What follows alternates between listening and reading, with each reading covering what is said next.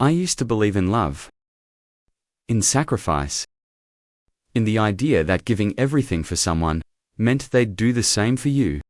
That was before I met her, before I let my world revolve around hers. Our apartment was small, but warm, filled with the remnants of our struggles and dreams. A beaten-up couch we found at a thrift store. A coffee table one built myself, when we couldn't afford furniture. And the wall, covered with her framed diplomas and certificates, all because I worked double shifts to pay for her education. I remember the nights spent at the diner, washing dishes till my hands were raw, coming home with aching bones only to see her asleep, peaceful, unaware of what I was giving up for her. But I never complained. I thought love was sacrifice. Then the signs started. At first it was subtle, her phone always face down. The whispered calls in the hallway. The way she'd flinch when I walked into the room, her screen going dark before I could glimpse what was on it. Then there were the excuses. I have to stay late at the firm, she'd say, brushing past me with a quick peck on the cheek. Big case coming up.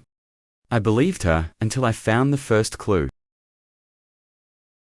A receipt from a high-end restaurant, tucked into her coat pocket. 2 meals, 2 glasses of wine.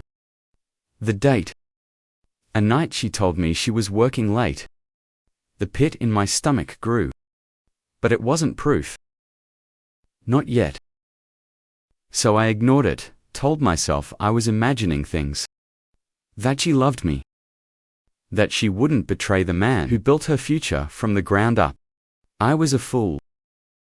I knew I had to see it with my own eyes. That was the only way to silence the doubt or confirm my worst fears. So I followed her. It wasn't hard. She had grown comfortable, careless.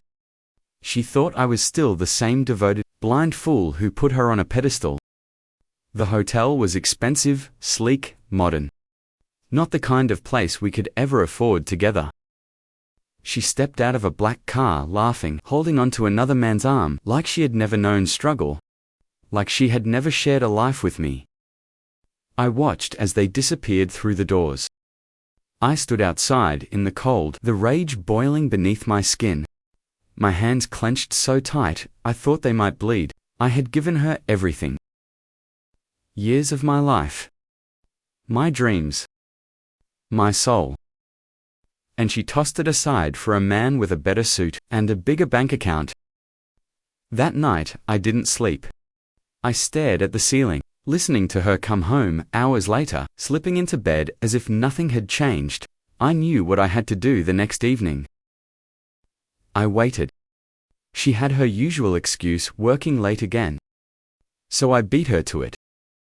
The restaurant was packed, full of men in pressed women suits who had never lifted a finger to struggle.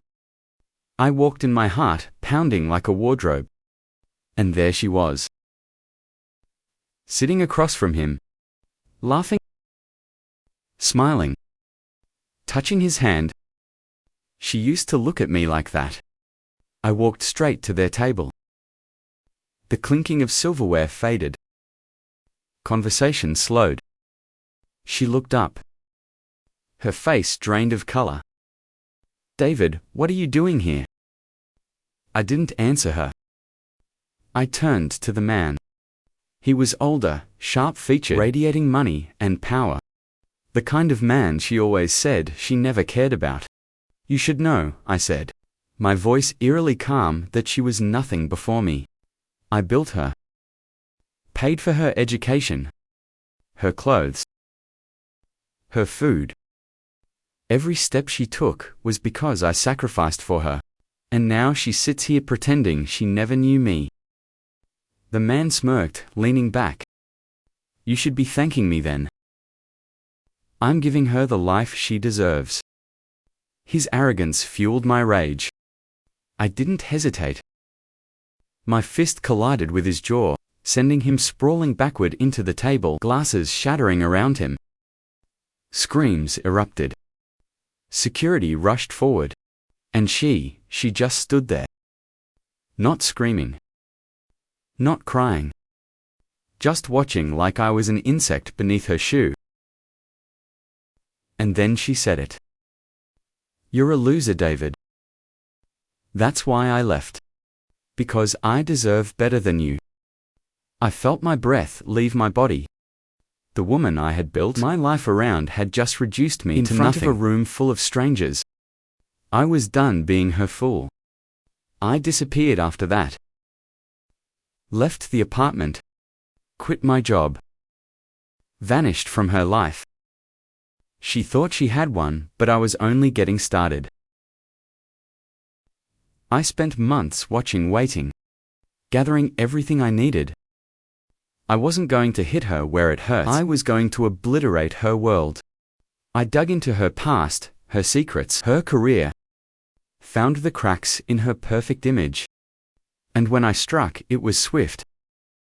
Anonymous email sent to her firm detailing financial discrepancies, money she had siphoned from clients to fund her luxury lifestyle, evidence of her affair leaked to social media, branding her a fraud, and in the eyes of those who once adored her. One by one, I took everything from her.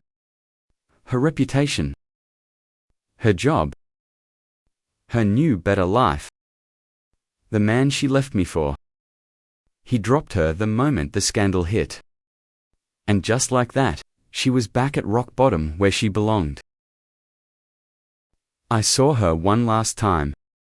She was sitting outside a rundown cafe, a far cry from the woman who once dined in luxury. Her hair was disheveled, her face hollow. She looked up as I passed David. There was no malice in her voice. No smugness.